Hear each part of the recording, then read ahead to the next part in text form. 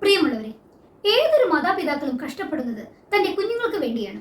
തന്റെ മക്കൾക്ക് വേണ്ടുന്ന ഭക്ഷണം, വസ്ത്രം, അവർക്കുള്ള പഠിപ്പ് എന്നിങ്ങനെ നമ്മുടെ ചിന്തകൾ മുഴുവനും അവരെ ചുറ്റിപ്പറ്റിയായിരിക്കും.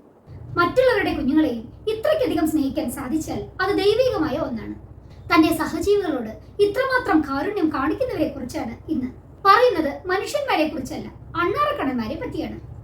അതെ, അണ്ണാറക്കണ്ണന്മാർ ആരോരുമില്ലാതെ ഉപേക്ഷിക്കപ്പെട്ട തന്റെ വർഗത്തിൽപ്പെട്ട കുഞ്ഞുങ്ങൾക്ക് അഭയം നൽകുന്നു.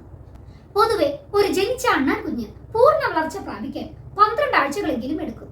ഈ കാലം അത്രയും തന്റെ കുഞ്ഞിനെ നോക്കുന്നത് പോലെ ഭക്ഷണവും ശുശ്രൂഷയും നൽകി പരിപാലിക്കാൻ ഏതൊരു പെൺ അണ്ണാറക്കണ്ണനും അവളുടെ കുടുംബവും തയ്യാറാകുന്നു എന്നത് അതിശയിപ്പിക്കുന്ന ഒരു വസ്തുതയാണ്.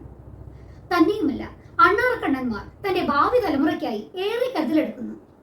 പൊതുവെ ഇവർ ഏതൊരു കനി ഭക്ഷിച്ചാലും അതിനുശേഷമുള്ള അണ്ടി, വിത്ത് എന്നിവയെ ഫലഭൂയിഷ്ഠതയുള്ള മണ്ണിൽ അങ്ങിങ്ങായി കുഴിച്ചിടും. കാലക്രമേണ അവയെല്ലാം മരങ്ങളായി പരിണാമപ്പെടുകയും ചെയ്യും. തന്റെ നാളത്തെ തലമുറയ്ക്ക് ഭക്ഷണക്ഷാമം ഇല്ലാതിരിക്കാനായി ചെയ്യുന്ന ഈ ഒരു പ്രവൃത്തി മൂലം ലക്ഷക്കണക്കിന് മരങ്ങളാണ് പൊങ്ങി വന്നിട്ടുള്ളത്.